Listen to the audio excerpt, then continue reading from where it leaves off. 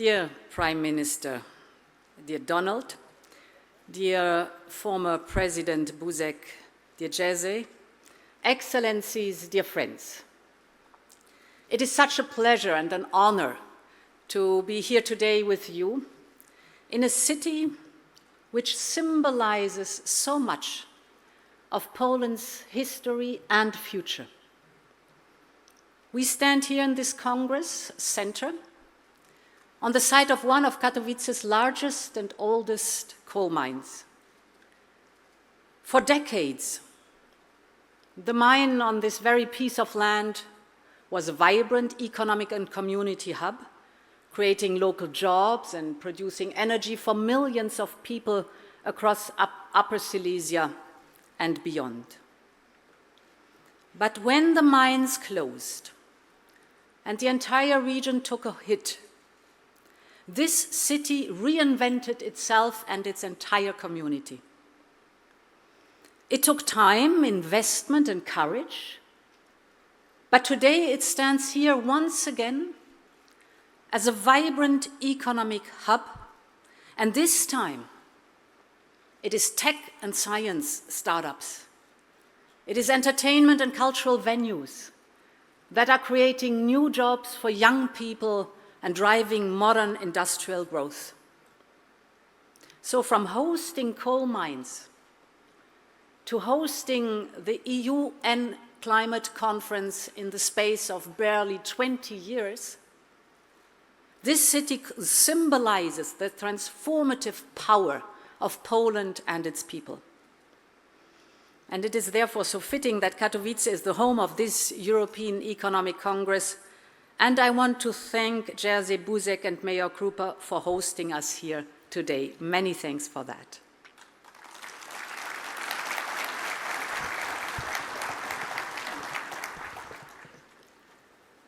And it is an even greater pleasure to be here in the run-up not only to the European elections, but to a very special and historic anniversary of Poland. A turning point not only for the people of the country, but for the whole European history. Because in the same week as Europeans take to the polls, we will celebrate 35 years since the elections of June 4th, 1989. The day the people of this great nation were finally able to take their destiny in their own hands at the ballot box. Those elections marked the birth of what became a free, democratic, and united Poland. They set the path for this historic moment 20 years ago, when this great country joined our union and made it that much stronger and more complete.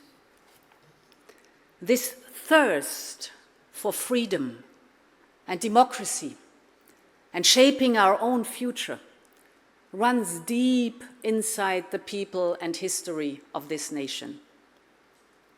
From the father of Polish independence, Józef Piłsudski, to the generations of Poles who rose up, resisted, and rejected invaders and rulers, to the courageous and moral leadership of solidarity and inspirations like Lech Wałęsa.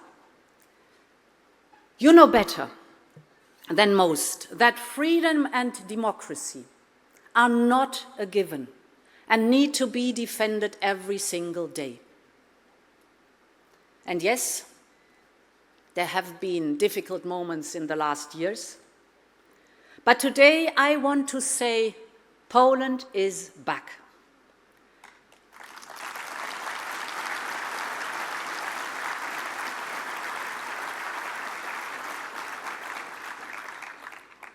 It is not only back to its core values and principles that have shaped this country for over a century, but Poland is back as a leader of Europe, driving our economy forward, pushing for a leap forward on defense and competitiveness, and raising the alarm on some of the existential threats to our societies.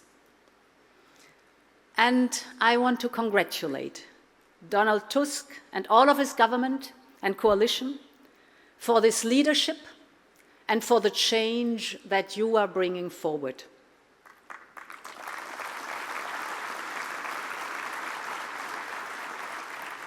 And there are a number of lessons that we can draw from your success at last year's historic elections. The first is about building broad coalitions to tackle the common challenges we face, making sure that the center holds firm against the extremes, working hard to find common ground and avoid the polarization of society. The second is about getting the vote out and getting young people mobilized, because this is their future which is at stake in these elections. And your success marks that Poland is ready to lead the fight for European democracy and values, our peace and our prosperity. And it was you, dear Donald, who said it best when you spoke to the hundreds of thousands of people in Warsaw on June 4th, the anniversary last year. You said, the whole of Poland, the whole of Europe and the whole world sees how strong we are and how we are ready to fight for democracy and freedom again, like we did 30, 40 years ago. End of quote, and you are so right, Donald.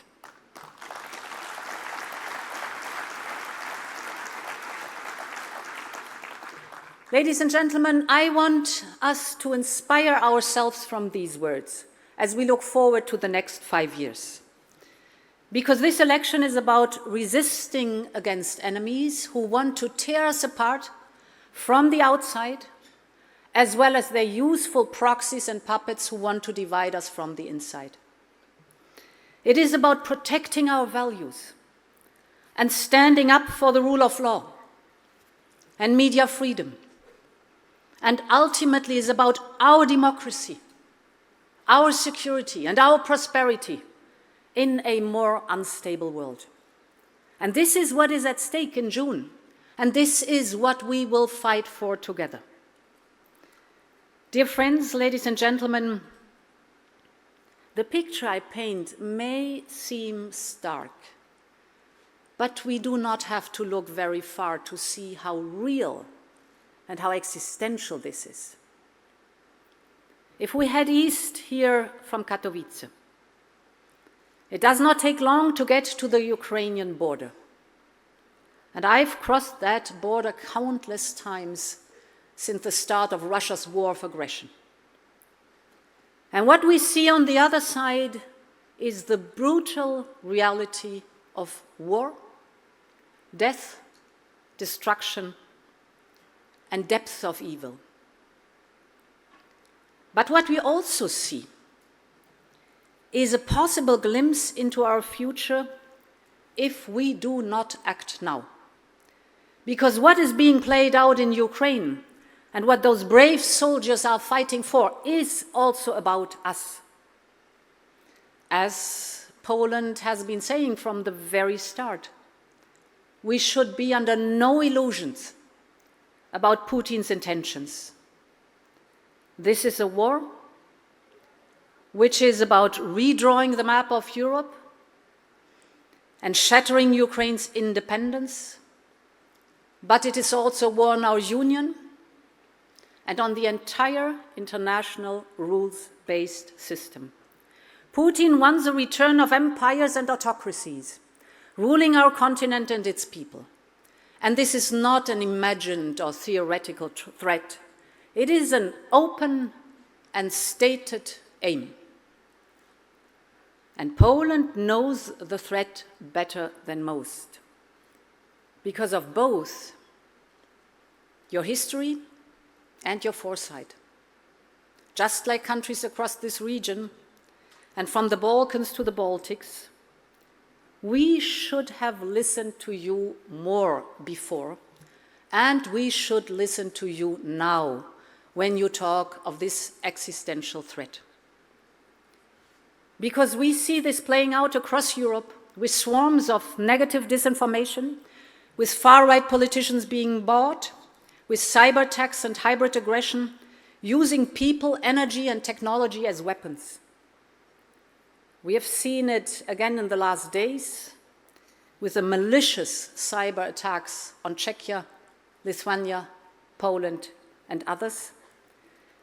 And we see it in the long-term cyber espionage campaigns against several member states. The aim is to divide our societies from within and to attack our borders from outside.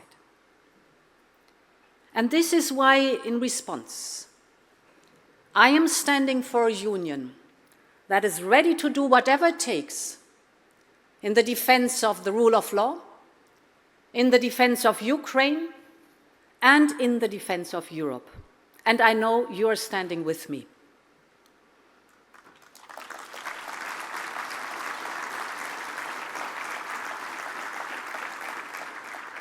Ladies and gentlemen, the starting point for this is simple.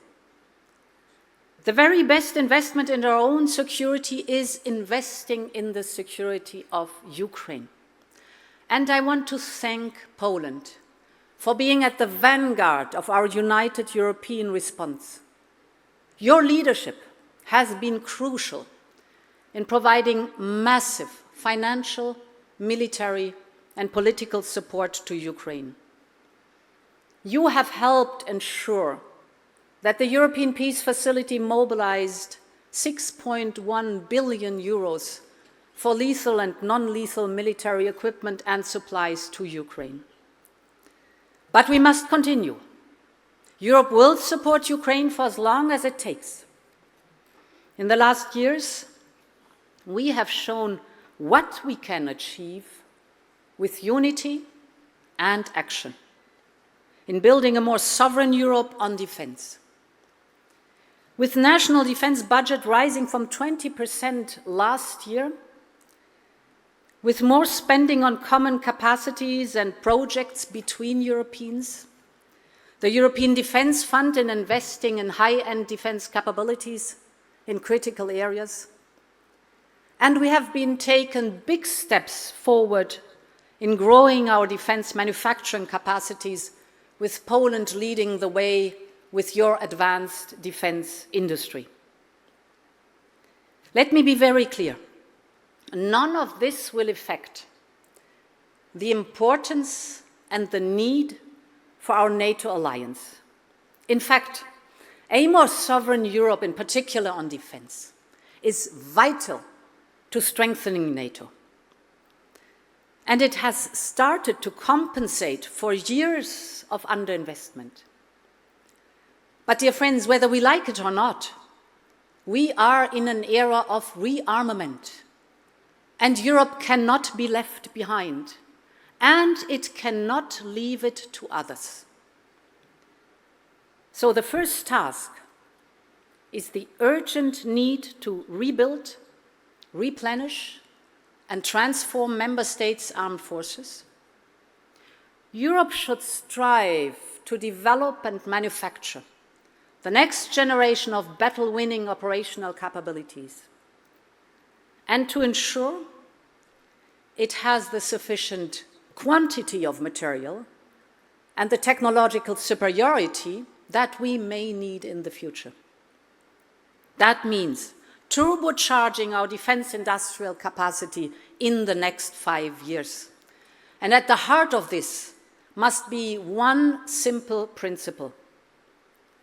Europe must spend more on defense, spend better, and spend European.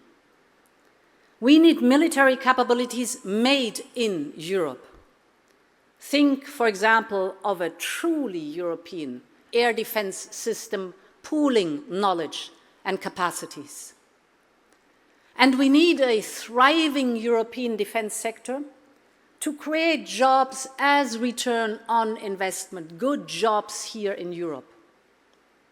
And this is why, if I am the next president of the European Commission, I will propose a number of defense projects of common European interest to ensure that major projects can get off the ground and be designed, built, and deployed on European soil. And to oversee that work, I will propose a full-time Commissioner for Defense in support and invest in a cutting-edge European industry. One of the first tasks will be to present a white paper on European defense preparedness, together with the then new High Representative for Foreign Affairs. And that should also include the threats posed by disinformation and manipulation. The idea will be to set out where we need to invest, how much we need to invest, and how best to do that as we design the next long-term European budget. Now, to be very clear, core action will always remain in the hands of the member states. They will always be responsible for their troops and all decisions linked to that. For example, recruitment or training, the doctrine or the deployment. This is the absolute foundation for every member state. But Europe has also tools and responsibilities in areas that are critical to our defense, from the single market to research, from innovation to industry, and much, much more. So we need to use Europe's combined financial, structural, and political strength where it can have the biggest impact, because Europe's defense is a task for all of Europe, with member states and European institutions working closely together. This is where we shape our future, ladies and gentlemen.